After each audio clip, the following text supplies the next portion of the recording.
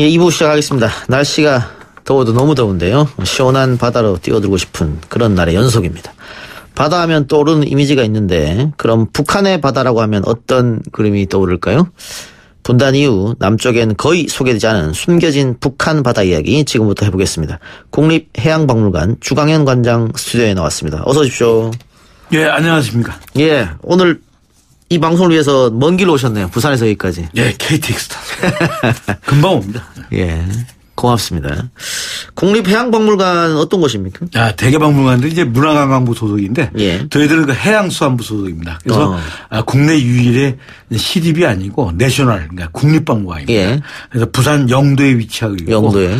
많은 국민들한테 해양을 알리고 또 바다에 모르는 걸 진흥시키기 위해서 만든 기관입니다. 예. 문화기관입니다. 관광객들도 가서 봐도 되죠? 아, 많이 와요. 많이 옵니까? 특히 이렇게 여름에는요. 예. 거기가 에어컨이 빵빵합니다. 그리고 입장료가 없어요. 어허. 그리고 주차료가 하루 종일 세워도 1,000원이면 돼요. 예. 그러니까 시원하지. 또 수족관이 있습니다. 수족관? 예, 수족관이 공짜예요. 보통 수족관은 아무리 해도 뭐 10,000원, 20,000원 이상 받는데. 비싼 곳은 30,000원, 50,000원. 저희들은 공짜예요. 네, 공짜. 그러니까 사실 공짜가 아니고 여러분들이 낸 세금 여러분이 돌려받는 겁니다.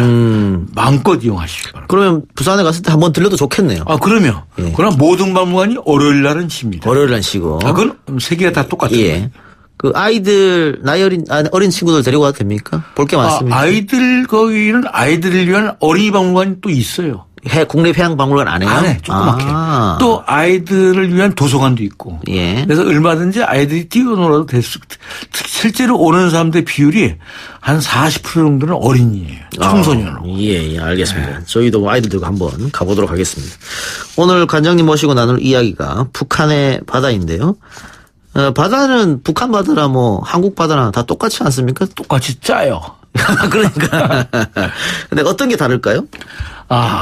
뭐 다른 게 별게 없고 이게 남북이 갈려 있다 보니까 남쪽은 남쪽이 관리하고 북쪽은 북쪽이 관리하죠. 예. 그러니까 환경은 똑같고 바다는 똑같은데 사람이 다르니까 바다의 조건이 좀 달라졌죠. 예를 들어서 우리 남쪽은 뭐 도시도 많고 뭐 얼마나 바닷가에 아파트도 많고 그래요. 그런 의미에서는 이북은 아직도 옛날 모습도 그냥 갖고 있고 또 어떤 거는 상당히 자연스러운 것도 있고 또 이북도 똑같은 것도 많아요. 남한도 이제 간척을 해가지고 뭐 새만금이나 많이 간척을 했잖아요. 예. 마찬가지로 거기도 압록강 하구에 뭐 비단섬이 이런 것들 많이 간척을 했어요.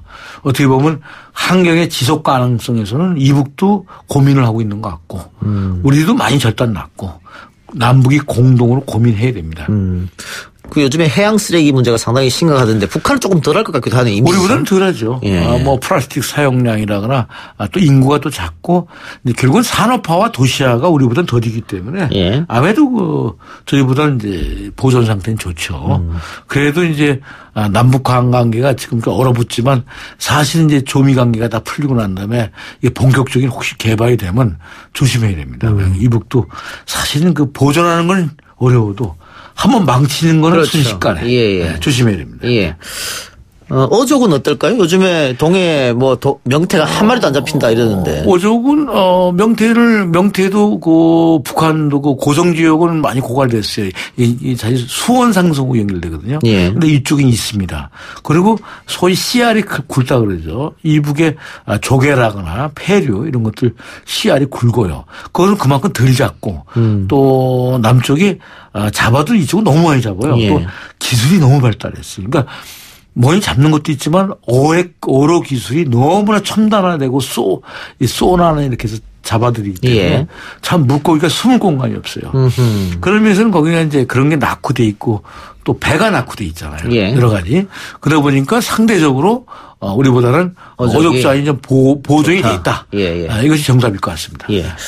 지금 관장님께서 이 북한 바다를 소재로 사자 그림 360여 점을 전시하는 대규모 전시회를 연다고 하는데 이게 국립해양박물관에서 하는 겁니까? 네, 우리 국립해양박물관 특별전시에서 합니다. 예. 네, 이 전시가 아마 해방 이후에 최초로 북한의 바다를 알려주는 전시입니다.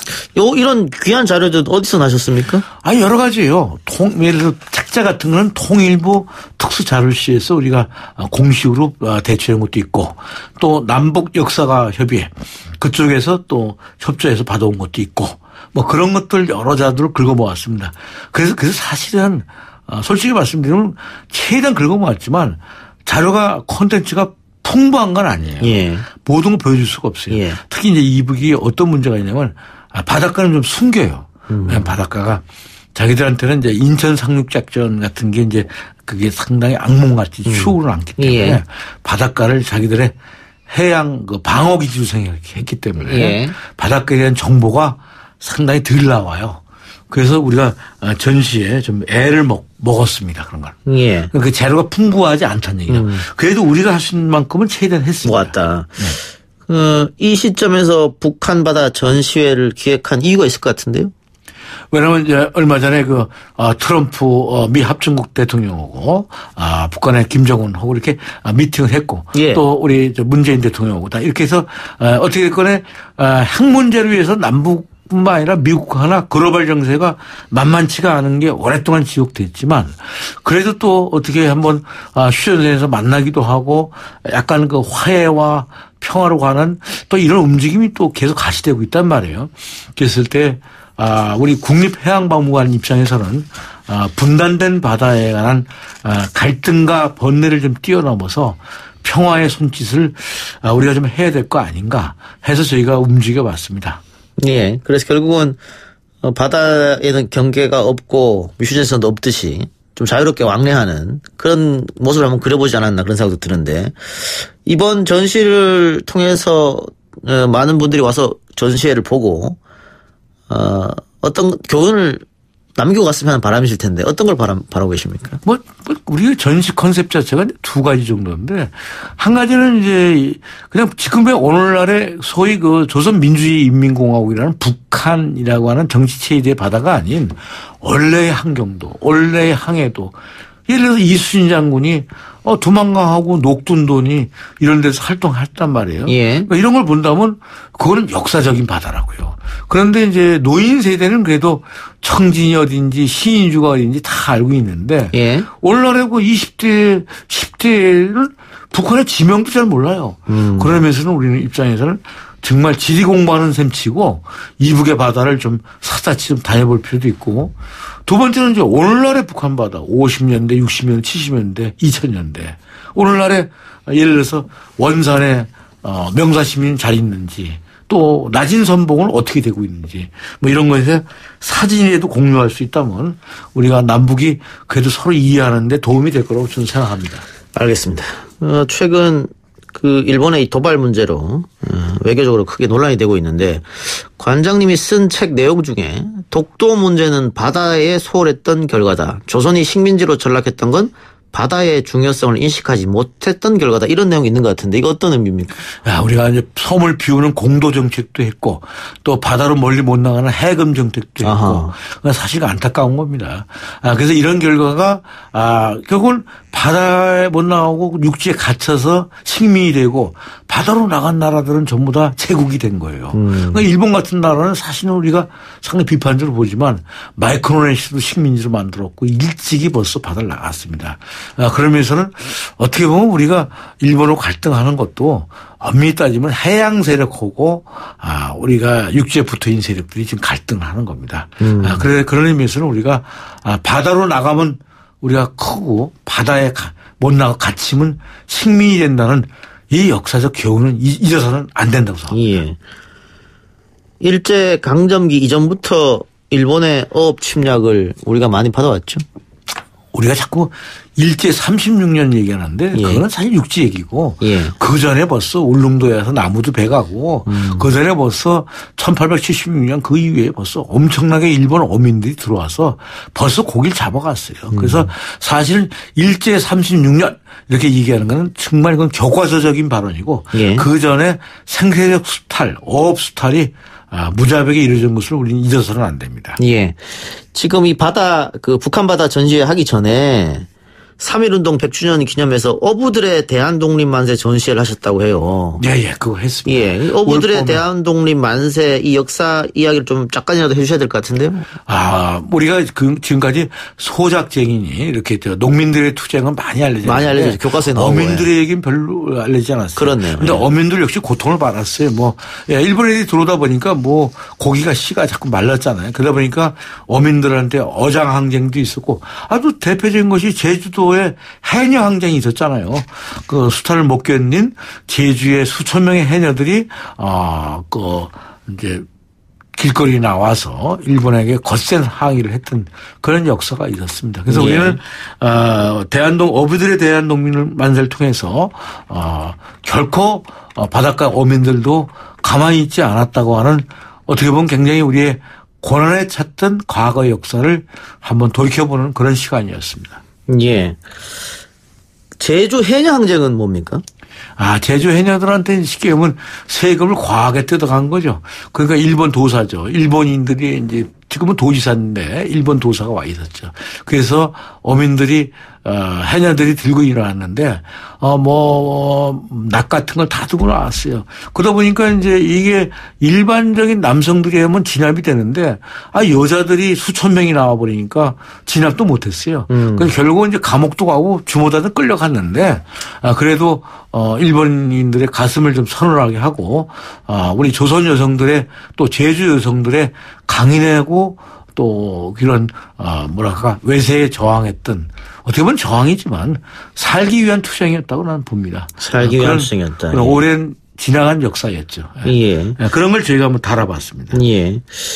이게 참여 인원이 10,000명이 넘어서 2만 명 가까운 분들이 참여를 했었네요. 예. 이건 공식적으로 한 17,000명이 되는데 숫자가 따라 다르고 이 집회가 이게 굉장히 많이 이루어졌기 때문에 어떤 때는 수백 명, 어떤 때는 2만 명, 어떤 때는 또 1,000명 이렇게 계속 그랬습니다. 그렇지만 이 투쟁이 230회에 이렇게 줄기차고 지속적으로 이루어졌다는 데 의미가 있습니다. 예.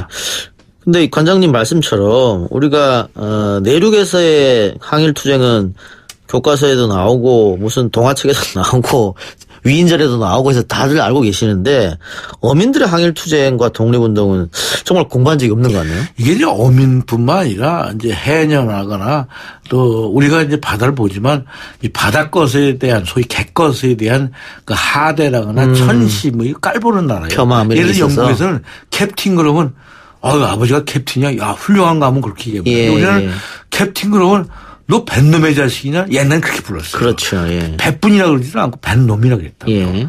비유를 썼습니다. 예. 그만큼 이제 이런 결과가 우리를 어렵게 만들었습니다. 그래서 이제 오늘날 해양수산물도 만들어지고 삼면이 바다인데 우리가 한번 바다로 살아보겠다고 노력해서 우리가 조선강국도 됐고 또 우리가 수산강국도 됐고 상당히 이제 우리가 어업을 통해서 또 수산을 통해서 또 조선공업을 통해서 상당히 그래도 GDP를 올리는 나라가 됐습니다. 예. 그래서 우리는 바다를 잊어서는 안 됩니다. 예. 개인적으로 제가 궁금한 거 독도의 강치는 왜 사라진 겁니까? 일본 애들이 잡은 거죠. 일본에 와서 가죽을 벗겨갖고 또 기름을 짜가지고 그 기름을 짰어요.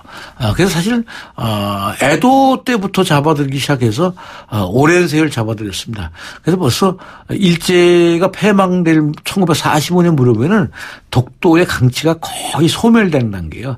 한 100여 마리 남았다는 기록은 나오는데 이미 이제 종이 보존되기가 어려운 입장이었습니다. 그리고 남은 것들 이제 해방 후에 서서히 사라지기 시작해서 50년대 초반까지 있었는데 그때는 벌써 개체수가 거의 사라진 거고 지금은 한 마리도 없습니다. 그럼 일제 식민 그 이전부터 독도의 강치를 싹 잡아갔단 말이에요? 그러면 에도 시대부터 잡기 시작했습니다. 그 가죽해서 뭐 했는데? 가죽 가지고 가방도 만들고. 그래서 1862년도 제1회 런던에서 열렸던 대형 소위 국제 박람회가 열렸죠. 엑스포가. 예. 그때 시마네갱 사람들이 이 강치 이빨로 만든 반지와 강치 가죽으로 만든 가방을 출품을 해서 우수상을 받았어요. 그 물건이 지금 시마네갱 오키제도 박물관에 가면 있습니다, 지금. 예. 제가 실제로 와서 사진 찍어왔습니다. 좀 안타까운 일이었네요. 그리고 아까 잠깐 얘기했습니다마는 명태, 우리 앞바다에선 볼 수 없다. 그래서 지금 치어 방류 사업도 준비하고 있지 않습니까? 그게 가능합니까? 이게 수온 상승 때문에 노력은 하지만 물이 따뜻해져서 수온 상승해서 지금 이제 남쪽 제주도에서 잡히는 이런 고기들이 막 독도 앞바다에 올라오고 있어요. 지금 점점 바다가 뜨거워지고 있거든요. 수온 상승은 필연적인 거라 이제 앞으로 우리들은 이제 앞으로 와서 가면 남해안에서는 이제 무슨 고기 달래 그러면 노랑 물고기 2마리, 파랑 물고기 1마리 이렇게 될지도 몰라요. 이제 진짜 이름 없는 물고기가 나타나기 시작했고 이제 명태는 좀 힘들어질 것 같다는 예감이 듭니다. 지금 거의 안 잡혀요. 치어 방류를 하더라도 돌아오긴 어려울 것이다. 어려워요. 힘들어져요, 점점. 그럼 이북도 고성 앞바다 이북에 장전이나 이쪽에서는 잘 안 잡혀요. 저 원산 저 위북 저쪽 청진이나 저 위로 올라가는 러시아 쪽으로 가면 그쪽 가면 잡혀요. 그 안쪽에서 잘 안 잡힙니다. 바다가 뜨거워졌습니다. 알겠습니다. 안타깝네요. 마지막으로 북한의 바다 전시 보고 싶으신 분들 어떻게 찾아가면 되는지 한번 알려주시죠. 그냥 KTX 타고 오시고 되고 그냥 부산에 오세요. 영도 찾고 오시면 되고 또 차를 갖고 오시면 그냥 주차하시면 됩니다. 그리고 무료입니다. 그리고 대신 9시부터 6시까지 합니다. 여름에는 저희가 특별히 8시까지도 합니다. 얼마든지. 또 주말에는 9시까지 옵니다. 그럼 물론 무료입니다. 알겠습니다. 마음껏 즐기시고 마음껏 배우고 가십시오. 영도 있다고요? 네, 영도. 와서 태종대도 즐기시고 영도 다리도 보고 그리고 떠나시기 바랍니다. 다음 전시회도 기대해 보고요. 오늘 말씀 고맙습니다. 감사합니다.